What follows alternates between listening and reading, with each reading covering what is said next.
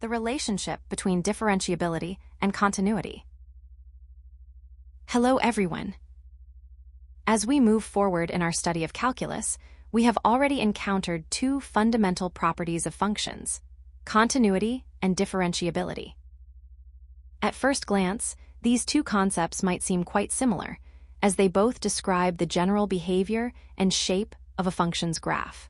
However, it is important to recognize that one of these is actually a much stricter requirement than the other. In this subsection, we are going to explore the theoretical link between these two concepts to understand exactly how they relate to one another and why one implies the other. Understanding the core concept. Now that we have introduced the topic, let us begin by refreshing our memory on the intuitive meanings of these two concepts before we dive into the formal mathematics. First, let's consider continuity. In simple terms, a function is continuous if you can draw its entire graph on a piece of paper without ever lifting your pen.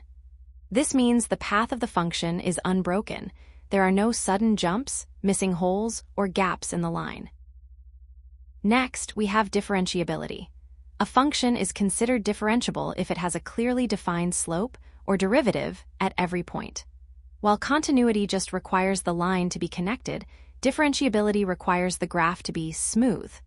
This means there are no sharp corners, abrupt spikes, or vertical tangents that would make calculating the slope impossible. This leads us to the central theme of this section: the idea that differentiability is a stronger condition than continuity. To put it simply, if a function is smooth enough to have a derivative at a certain point, it must necessarily be continuous at that point as well. In the coming slides, we will move from this intuitive understanding to a rigorous mathematical proof to show exactly why this is the case. Theorem 3. Differentiability implies continuity. Now that we have an intuitive understanding that differentiability is a stronger condition than continuity, let's look at the formal theorem that defines this relationship.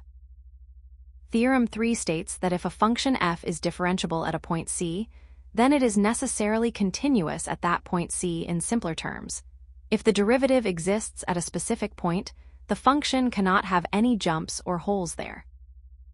To prove this mathematically, we must refer back to the formal definition of continuity. To show that the function f is continuous at x equals c, we need to demonstrate that the limit of the function as x approaches c is exactly equal to the value of the function at c. Written out, we are aiming to prove that the limit of f of x as x approaches c equals f of c. Another way to express this same requirement, which is often easier to work with in a proof, is to show that the limit of the difference between f of x and f of c as x approaches c equals 0. Over the next few slides, we will walk through the step-by-step mathematical proof to see exactly how the existence of a derivative forces this condition to be true. Step-by-step mathematical proof. Now that we have established our goal in the previous slide, which is to prove that the limit of the difference between the function and its value at point C is 0, let us walk through the mathematical proof. Starting with step 1, we begin with our primary assumption, that the function f is differentiable at the point C in calculus. Saying a function is differentiable at a point means that the derivative at that point exists. We define this derivative, f prime of c, as the limit as x approaches c of the quantity f of x minus f of c, all divided by x minus c. This is the standard definition of a derivative, and it will serve as the foundation for our proof. Moving to step 2, we need to manipulate the expression for the difference between the function values, f of x minus f of c, to see how it relates to the derivative we just defined. For any value of x that is not equal to c, we can perform a simple algebraic maneuver. We multiply and divide the expression by the quantity x minus c. Essentially, we are multiplying by 1, so the value remains the same, but the form changes. This allows us to rewrite the expression as follows. F of x minus f of c is equal to the fraction f of x minus f of c over x minus c, multiplied by the term x minus c. By doing this, we have successfully embedded the derivative formula into our equation. In the next slide, we will apply the limit to this expression to complete the proof. Step-by-step mathematical proof continued. Moving forward to the next part of our proof, let's look at slide 5. Now that we have algebraically rearranged our expression in the previous step, we need to examine the behavior of the function as x gets closer and closer to the point C. In step 3, we apply the limit as x approaches C to both sides of our equation. This gives us the limit as x approaches C of the quantity f of x minus f of C is equal to the limit as x approaches C of the product of the difference quotient, which is f of x minus f of C divided by x minus C, multiplied by the term x minus C. Now, let's proceed to step 4. To simplify the right side of this equation, we utilize the product rule for limits. As a reminder, the product rule states that the limit of a product of two functions is equal to the product of their individual limits, provided that those individual limits exist. By applying this rule, we can split the limit on the right side into two separate parts. So, the limit as x approaches C of x minus f of C is now equal to the product of two distinct limits. First, the limit as x approaches C of x minus f of C divided by x minus C. And second, the limit as x approaches C of the quantity x minus C. In the next slide, we will substitute the known values for these two limits to finally conclude our proof. Step-by-step mathematical proof, conclusion. Now, let us move to the final part of our proof. In step 5, we will substitute the known values into the expression we developed in the previous slide.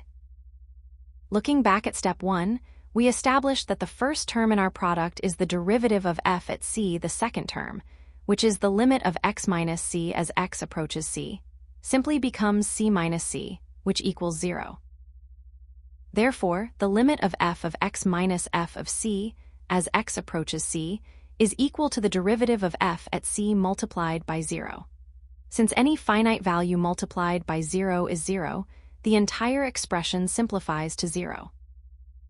This leads us to step 6, the conclusion of our proof.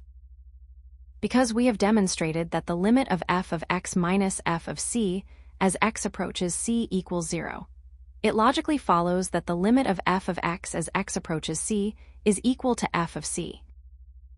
If you recall the criteria we set at the beginning of this theorem, this result is the exact mathematical definition of continuity. Consequently, we have proven that if a function is differentiable at point C, it is necessarily continuous at that point. The corollary. Now that we have walked through the formal mathematical proof in the previous slides, we can derive a very important general rule from Theorem 3. This rule is simple yet powerful. Every differentiable function is continuous. In practical terms, this means that if you are informed that a function is differentiable over a specific interval, you can immediately conclude that it is also continuous over that same interval. You do not need to perform any additional tests or proofs to verify its continuity, as differentiability already guarantees it. Real-world analogy. Now that we have completed the formal mathematical proof and established the corollary, let us use a real-world analogy to make this theoretical relationship more intuitive. Imagine you are an engineer designing a track for a high-speed train. First, let's consider continuity. In this scenario, continuity is like ensuring that the track is physically connected. It means there are no gaps or collapsed bridges along the way. Essentially, the train must be able to move from point A to point B without any interruptions. Differentiability, however, is a much stricter requirement. Think of differentiability as ensuring that the track is perfectly smooth. For a high-speed train to operate safely, the track cannot have any sudden, sharp 90-degree turns or jagged edges. It must be a smooth, flowing curve. Now, if we apply the logic we just proved in the previous slides, we can see that if the track is smooth, meaning it is differentiable, it is logically impossible for there to be a gap in the road. A gap would represent a sudden, violent break in the path, which is the exact opposite of smoothness. Therefore, a smooth road is always a continuous road. This reinforces our main takeaway. If a function is differentiable, it is guaranteed to be continuous. Key takeaways. Now, let's summarize the key takeaways from this section to ensure the concepts are firmly understood. First, let's look at the direction of implication. Differentiability implies continuity. This is the core result of the theorem we just proved and the essence of the train analogy we discussed. In practical terms, this means that for a derivative to exist at a specific point, the function must first be continuous at that point. You can think of continuity as a mandatory prerequisite. If a function is not continuous, it is impossible for it to be differentiable. Finally, let's recap the logic behind our mathematical proof.